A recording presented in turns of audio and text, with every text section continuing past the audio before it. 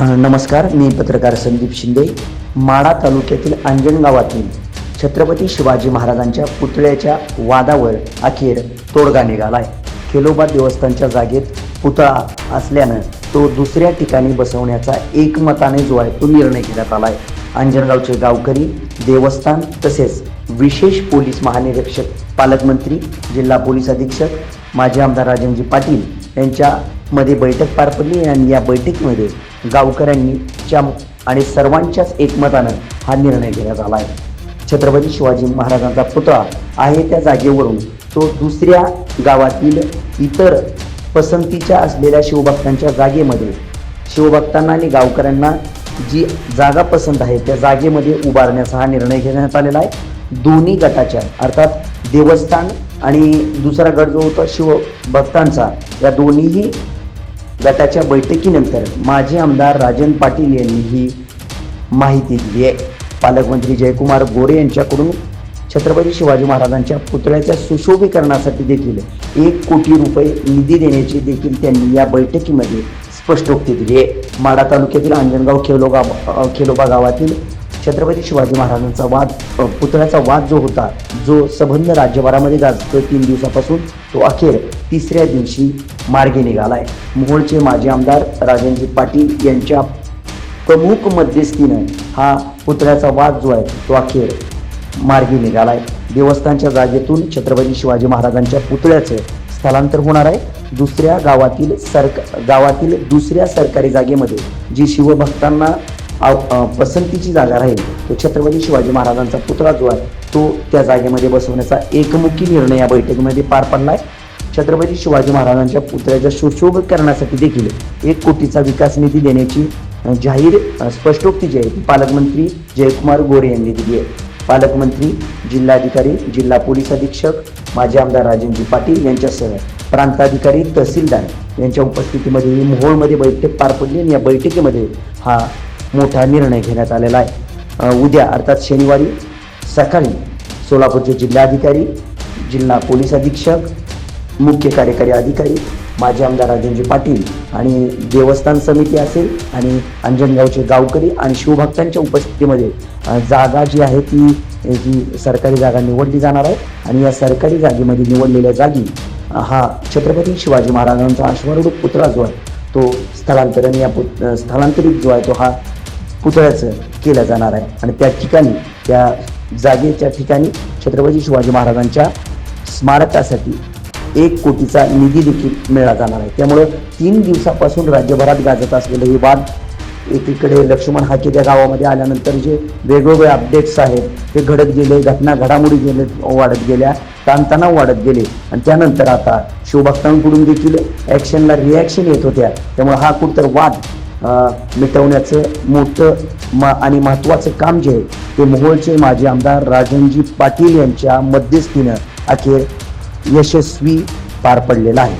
पाहूयात उद्या नेमकं आता शनिवारी अर्थात उद्याच्या सकाळी जे जिल्हाधिकारी आणि प्रशासन आणि गावकऱ्यांच्या या समन्वय चर्चेमधून उद्या कोणती जागा जी आहे ती या पुतळ्याला निवडली जाते याकडे आता गावकऱ्यांसह सबंध तालुक्याभराचं लक्ष लागलंय. धन्यवाद. ही झालं पाहिजे. गेले 3 दिवस झाले अंजणगाव खेलोबाचे इथं छत्रपती शिवाजी महाराजांचा अश्वारूढ पुतळा बसवण्याच्या जागेवरून एक वाद निर्माण झाला होता. देवस्थान आणि गावकरी असा तो वाद निर्माण झाला होता.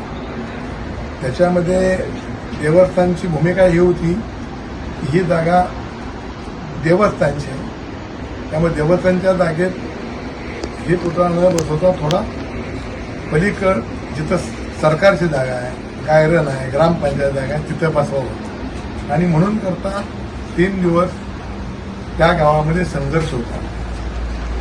परंतु आज आमच्या जिल्ह्याचे पालकमंत्री जयाभाऊ गोरे साहेब, या विभागाचे IG फुलारे साहेब, नूतन इथले जिल्हाधिकारी नवीन आलेले कार्तिकी साहेब आणि आपल्या जिल्ह्याचे SP साहेब सन्माननीय कुलकर्णी साहेब यांच्या समेत मराठा समाजाच्या काही गावातल्या ग्रामस्थांची बैठक झाली. सकाळपासून जो वाद होता तो 814 ही जागा मोजावी आणि त्या जागेच्या ती जागा देवस्थानची आहे, ती जागा सोडून इतरत्र महाराजांचा पुतळा बसवावा. आणि मराठा समाजाची मागणी होती की तुम्ही सक्षम अधिकाऱ्याकडनं ती जागा मोजा आणि ती जागा मोजल्यानंतर जर शिवाजी महाराजांचा पुतळा त्याच्यामध्ये आला तर दुसऱ्या ठिकाणी आम्ही हलवायला तयार आहोत. त्याप्रमाणे आज शासनाच्या वरिष्ठ भूमी अभिलेखांच्या अधिकाऱ्यांनी ती जागा मोजली. त्याच्यामध्ये महाराजांचा पुतळा हा 814 या गटाच्या जवळ येत असल्यामुळं मराठा समाजानं जे शब्द दिला होता त्याप्रमाणे तो पुतळा तिथून बाजूला बसवण्याची संमती बरोबर आहे ना दिलेली आहे. परंतु आता ते कुठं बसवायचा या संदर्भामध्ये शेवटी शिवाजी महाराजांचा पुतळा बसवत असताना तो देखण्या जागी सगळ्यांना दिसला पाहिजे आहे, सगळ्यांना त्यांच्यापुढे नतमस्तक झालं पाहिजे आहे, अशी जागा निवडावी अशी आमच्या ह्या सगळ्या ग्रामस्थांची मागणी होती. त्याप्रमाणे पालकमंत्र्यांनी अशा सूचना दिल्या की उद्या जिल्हाधिकारी साहेब, जिल्ह्याचे SP साहेब आणि मी स्वतः यांच्याबरोबर जाणार आम्ही तिथं आणि गावकऱ्यांच्या संमतीनं मग ती शासनाची जागा असो वेगवेगळ्या विभागाची जागा असो जी जागा गावकऱ्यांना आणि SPंना आणि कलेक्टर साहेबांना मान्य होईल बरोबर ना त्या ठिकाणी हा पुतळा बसवायचा आहे. आणि त्या पुतळा नुसता बसवायचा नाही तर त्याला सुशोभित करण्यासाठी पालकमंत्र्यांनी 1 कोटी रुपये उद्याच्या उद्या मंजूर करण्याचं आश्वासन या सगळ्या मराठा समाजाच्या मंडळाला दिलं आहे. त्याबद्दल मी त्यांचं स्वागत करतो आणि मराठा समाजाच्या माझ्या सगळ्या कार्यकर्त्यांचं मी इथं अभिनंदन करतो की तिने ह्यातून मार्ग काढला त्याबद्दल धन्यवाद.